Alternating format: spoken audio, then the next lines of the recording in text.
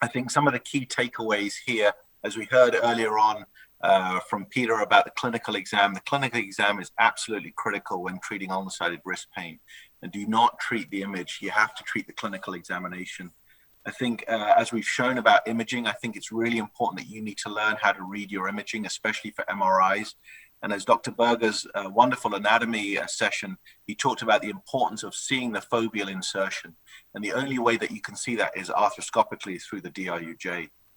So look at this patient. This is a healthy patient who comes in to see me, who has ulnar-sided wrist pain, plays a lot of tennis, and just couldn't play. And this was critical. This was part of his life. So we treated him non-operatively, but despite this, he continues to have ulnar wrist pain. So when you look at the MRI is suggestive of a TFCC or an ulnar tricuspidal split tear. But as Dr. Amadia mentioned, the clinical examination is critical. This patient was point tender in the fovea. So in terms of the soft tissue anatomy, Dr. Berger gave us this very nice demonstration. And what I wanted to show you here was the TFCC and the foveal regions. So the red star there is when you put your camera in the radiocarpal joint, you'll see those superficial fibers, but you won't see those foveal fibers, which are critical for stability. And so the only way to see that is if there's a central tear and you can come underneath the TFCC or through DRUJ arthroscopy. So in terms of arthroscopy, it's not really just a diagnostic tool. I want to convince you in terms of its therapeutic role as well for TFCC pathology. Many classifications out there. This is the classic Palmer classification, with type 1 being the traumatic tears and type 2 being the more degenerative ulnar impaction type injuries. So back to this patient, how did we treat them? So in going through the myriad of different types of causes for ulnar wrist pain, we went through this sequential checklist.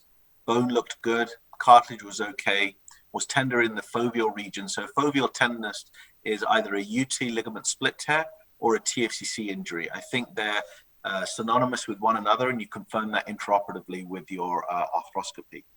So this is a short video where we're coming in, we're putting the needle in the 3-4 portal.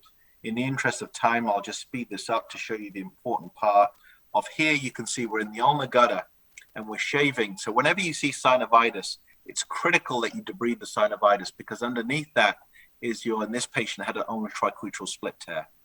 So we're making an ulnar incision from the hamate body to the tip of the ulnar styloid. We'll dissect out the dorsal sensory branch of the ulnar nerve.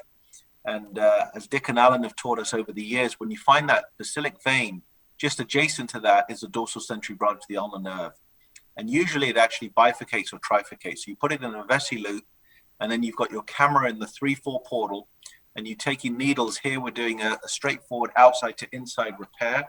You can see how the needles are coming either side of that ulnar tricuspidal ligament split tear. And then through this, we'll take a wire loop to shuttle your suture. Your suture can be, in this case, a 2-0 PDS suture. Remember, PDS does dissolve over time, but sometimes the knots can be a bit bulky. And you can see how the ulnar nerve is retracted out of harm's way, because these patients will be numb, but it usually settles down over time.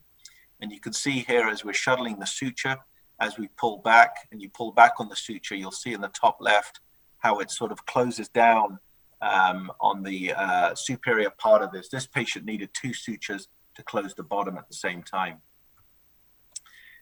Stephanie's going to be talking about the importance of therapy, and really our therapists are critical in how our patients recover. They're in an above elbow immobilization for 6 weeks, and then they start working on pronosupination and the therapy protocol that Stephanie will go into a little bit more detail. This is another classification by Andrea Atzi, and it talks about not only the location of the TFCC, but also the potential to heal. And it talks about especially how one assesses the foveal detachment. So how do you do this arthroscopically? So this is an example of a detached TFCC, and you've got the hook coming in from ulnar to radial, lifting that TFCC off the fovea. In addition, you can do a trampoline test. So this is normal. You can see that there's a natural turgor to the TFCC as we're pushing this down. In addition, you can do the suction test. You can put the shaver in, and you can see how I turn this off, how it lifts the TFCC up. So this test can be used not only to diagnose foveal detachments, but also once you've repaired it, have you restored the normal tension of the TFCC. Also wanted to show you with DRUJ arthroscopy, and Dr. Berger mentioned the importance of this.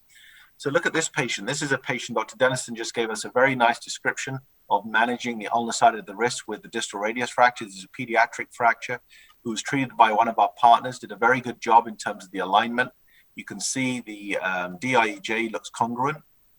Patient comes back, however, 10 months later, and you can see has gross instability of the DIUJ. So now when you look at the MRI, this is why I talked to you about the importance of being able to read the MRI.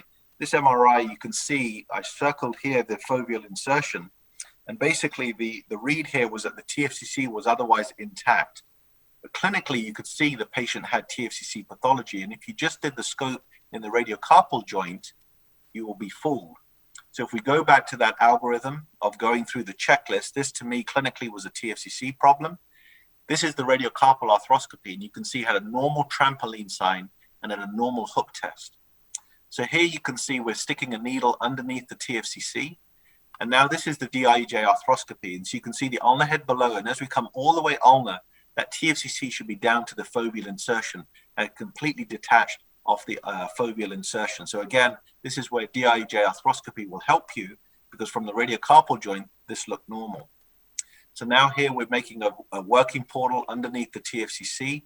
We're then bringing in a curette, and we're debriding basically the footprint, getting rid of all that scar tissue, because we want to heal that TFCC back down to bone. So after debriding this, then we take a 0.62 K wire, come through the ulnar, through the TFCC, and then through the needle here, we'll shuttle the sutures to give you this 4-strand repair. So remember the instability that I showed you. So this is this patient. All we've done is tied the sutures, and you can see you have immediate stability right in the operating room. And this is him several months later. So you can see this is his uninjured side. So you can see the instability of his uninjured side. And when we look at the side that we fixed, you'll see that he has good active and passive pronosupination. And his DIEJ is stable.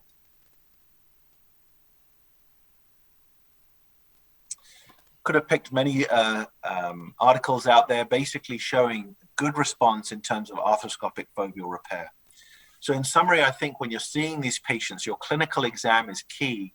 Use the imaging to try and rule out or rule in pathology, but just don't go off your imaging.